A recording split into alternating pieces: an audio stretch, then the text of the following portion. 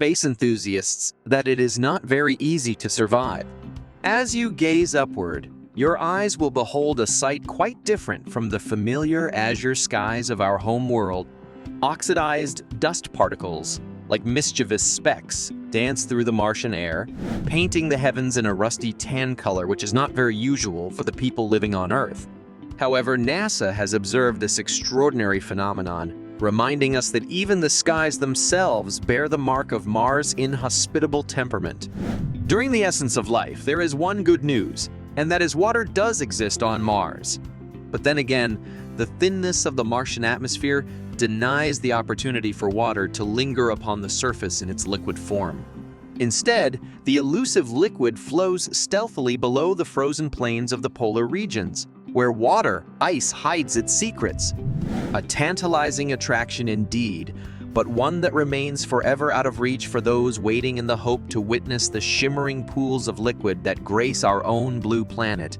As the European Space Agency, ESA, reveals, the very composition of Mars's atmosphere unveils its wild characteristics. Carbon dioxide dominates the air, claiming an overwhelming 32 of its composition, leaving but a scant 13 for oxygen, a mere whisper of what is needed for our fragile lungs. However, nitrogen and argon make up the remaining threads in this cosmic tapestry, combined together to create an unbearable environment that opposes human habitation. Yet, it is not solely the composition of Mars's atmosphere that seeks to repel us, but also the weight it bears upon the planet's surface. While we on Earth enjoy the soothing embrace of air pressure at roughly 1013 millibars, the surface of Mars bears just 35 millibars. This is a startling comparison that exceeds a factor of 100, reminding us that simply breathing on this strange planet is a hard task. Mars, with its crimson attraction and mysterious landscapes, stands as a testament to the explorers. In its harsh atmosphere and within its carbon dioxide-laden grasp, water dances beneath the surface, a tease to those who even think of ever living there. Even though keeping food and medicinal supplies stocked on Mars is the best method to make a colony self-sustaining, however, with a thin atmosphere and little sunshine, growing anything can be tough.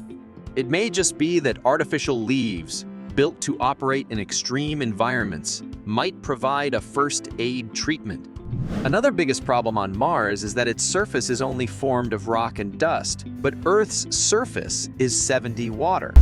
The Martian crust is primarily volcanic basalt rock under the dust layer. And the soil also contains salt, potassium, chloride, and magnesium nutrients. However, the crust of Mars is assumed to be one piece, unlike Earth, which lacks tectonic plates that ride on the mantle to change the landscape. Due to the lack of movement in the crust, molten rock poured to the surface at the same spot for subsequent eruptions, eventually forming the massive volcanoes that dot the Martian surface. The temperature on Mars is also much colder than our hospitable Earth, plunges to depths unimaginable, where mercury trembles at the thought of measuring the cold. Even the hardiest souls would shudder in disbelief at a bone-chilling -200 degrees Fahrenheit or -128 degrees Celsius. To put this in perspective, Earth's coldest record, shivering -128, 6 degrees F or -88 degrees C pales in comparison. This red world, where chilly breath clings to the air, provides no relief from its icy grip. While the sun casts its rays upon Earth, bestowing warmth upon our lands, Mars remains a forsaken wanderer in the solar system. The hottest temperature recorded on this planet barely breaches 70 degrees F, which is 21 degrees C. In contrast, Earth's highest recorded temperature, a scorching 134 degrees F, which is 56 degrees C, stands as a testament to the extremes our world can endure. The disparity between these two very different planets is staggering. As we move on to other factors, Mars exhibits another facet of its unstable character in the delicate dance between temperature and humidity. The sun sets upon its barren landscape, and the relative humidity levels rise, ascending to a staggering 80 to 100%. Even the night air becomes a shroud of moisture, wrapping itself around everything it touches. But as dawn breaks, warmth struggles to pierce the thin Martian atmosphere, leaving the daytime air parched and dry. In comparison to our planet, where humidity varies within comfortable limits, Mars bends this delicate equilibrium to its mysterious whims. We see a universe that defies the traditional idea of habitability in the embrace of Mars's freezing breath. Its bone-chilling temperatures, well below Earth's lowest records, attest to the inhospitality of this red planet. However, another greatest issue is that we need water before we can even consider the idea of food on Mars. Fortunately, we've already discovered how to harvest and store water from the Earth. Water can also be found on Mars in the form of ice and hydrated minerals. While the ordinary Martian is unlikely to consume cow's milk or orange juice for breakfast, they can keep hydrated with water, and that is okay, but what is not okay is that we are more likely to starve to death. Food, unlike water, is not readily available on Mars. Assuming Earth can no longer sustain life, Martians cannot import their favorite meals.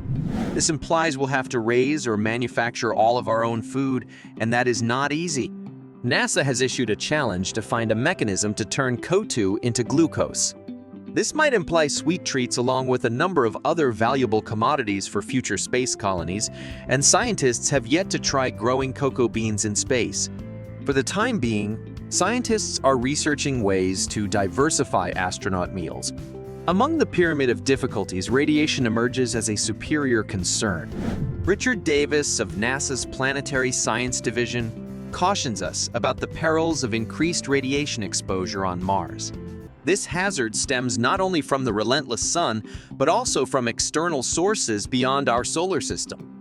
The effects of this heightened radiation can be minimized, but the harsh reality remains intact that an augmented risk of cancer looms ominously in the future of those who are planning to survive on the red planet. The research conducted by the University of California, Irvine paints a disturbing picture. Prolonged exposure to space radiation, a plight faced by brave astronauts, may inflict lasting cognitive impairments long after returning to Earth. The potential complications within the central nervous system are vast, encompassing performance decrements, memory deficits, anxiety, depression, and impaired decision-making. These adverse effects can afflict individuals during their space travel and continue to haunt their lives even after their feet are planted back on solid ground. The study concludes that cosmic radiation exposure poses a genuine and potentially detrimental neurocognitive risk, threatening the integrity of the delicate neural circuits that compose our very essence. As we consider the difficulties of surviving radiation exposure on Mars, we realize how dangerous our mission is. While finding refuge in a safe haven such as a lava tube may appear to be a possible option, the notion of educating humans to adapt to such an unusual home has its own set of challenges. The intricate balance between safeguarding ourselves from the relentless forces of radiation and ensuring our ability to thrive within the harsh confines of a lava tube presents a problem yet to be fully unraveled. However, as we peer beneath the surface of its rust-colored allure, we confront the formidable challenges that lurk within. Radiation, the formidable nemesis, emerges as a primary hurdle, casting shadows upon our dreams of colonizing the red planet. The quest to overcome these obstacles requires ingenuity, resilience, and a deep understanding of the delicate balance between protection and adaptability. Besides radiation, another great task is building settlements on Mars to live in. It is obvious that humans won't just live in tents for their entire lives, and they need a proper place to reside in. However, for that, transporting building materials to Mars might be too costly. As a result, scientists believe that resources from Mars may be used to build dwellings. Homes on Mars would have to endure radiation, temperature swings, a lack of oxygen, and other Martian conditions. And new settings necessitate new structures. Humans may live in ice igloos or beneath the Earth's surface, to mention a few possibilities. but several designers need to be created above-ground residences that suit the standards of people. The Martian surface, it seems, harbors a secret that could spell doom for potential life forms. Recent research conducted by Jennifer Wadsworth and Charles Cockle from the Center for Astrobiology sheds light on the sinister effects of radiation and perchlorates lurking within the red planet's soil, which is deadly for the living things that will be planted on it. Once activated by the sun's ultraviolet rays, these chlorine compounds transform into formidable microbe killers, as the study unveils. Despite initial speculation that perchlorates might enhance Mars' habitability, this new revelation casts a shadow of doubt. Wadsworth and Cockle's experiments subjected Bacillus subtilis, a common spacecraft contaminant, to Martian-like conditions. The combination of perchlorates, radiation, iron oxides, and hydrogen peroxide. The bacterial cells lost their viability within mere minutes, succumbing to the deadly concoction. Adding iron oxides and hydrogen peroxide heightened the danger, increasing the fatality rate by a whopping 8%. Mars, it appears, has a deadly brew that magnifies its surface's unfriendly character, making it an even harder domain for possible life to survive. Surviving and successfully arriving on Mars, that distant and intriguing place, is again a difficult and demanding task. With its surface gravity a mere 38 times that of Earth, Mars presents a unique problem. While Mars's gravity is stronger than the Moon's, it still falls short of Earth's gravitational pull. This poses a significant obstacle when attempting to land heavy crewed spacecraft solely with thrusters, as was accomplished during the Apollo moon landings. The thinness of Mars's atmosphere, which amounts to a mere 0.6 of Earth's atmospheric density, further compounds the difficulties. Unlike the Moon, where aerodynamic effects could aid in aerobraking and landing, Mars's atmosphere is too sparse to provide substantial assistance.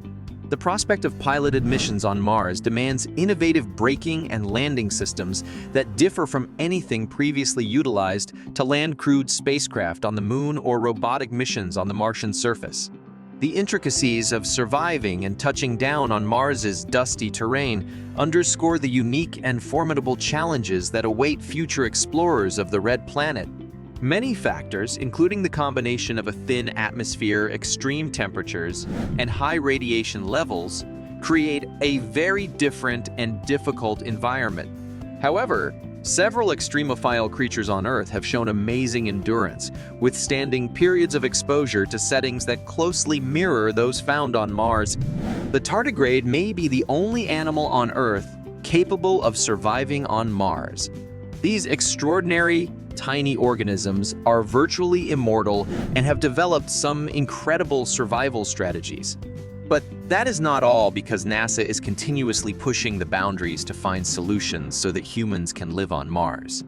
And if you didn't know already, this summer, the National Aeronautics and Space Administration, NASA, is preparing 4 individuals to live on Mars. While the space agency's effort to send humans to the neighboring planet is not new, the 4 Martians will be part of NASA's human exploration trip to Mars. So what do you think? Could this trip possibly hold the key to unlocking the secrets of possible life beyond Earth? Let us know in the comments section. That's a wrap for today. Hopefully, you enjoyed the video. If yes, then do give it thumbs up, and don't forget to subscribe and smash the bell icon for the latest notifications. See you next time.